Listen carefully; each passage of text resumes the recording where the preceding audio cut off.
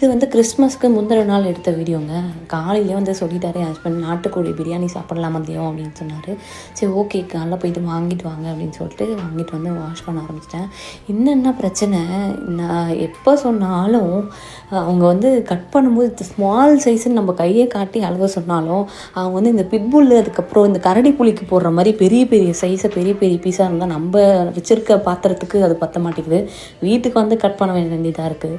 அதுக்கப்புறம் chicken piece எல்லாம் cut பண்ணி திருப்பி வாஷ் பண்ணி அதுக்கப்புறம் நான் சமைக்க ஆரம்பிச்சிட்டேன். அதுக்கப்புறம் என்னங்க, இந்த நாட்டுக்கோழின்னா சொல்லவா வேணும், செம்ம டேஸ்ட்டாக இருக்கும். அதுவும் கிரேவி பண்ணால் இட்லி குருமா அந்த மாதிரி பண்ணால் இன்னும் டேஸ்ட்டாக இருக்கும். நம்ம கம்மியாக ஆயில் ஊற்றினாலும் அந்த நாட்டுக்கோழியில் வந்து எண்ணெய் பிரிஞ்சு வரும்போது செம்மையாக இருக்குங்க டேஸ்ட் அண்ட் ஸ்மெல்லாம். அதுக்கப்புறம் நாங்கள் வந்து வீடு க்ளீன் பண்ணிவிட்டு அதுக்கப்புறம் அந்த டாலர் ட்ரீயில் வாங்கிட்டு வந்தோம். அந்த டைனிங் டேபிளோட ஷீட்டு வாங்கிட்டு வந்து அதுக்கப்புறம் நாங்கள் கிறிஸ்மஸ் ட்ரீ அரேஞ்ச் பண்ணி டெக்கர் பண்ண ஆரம்பிச்சிட்டோம்.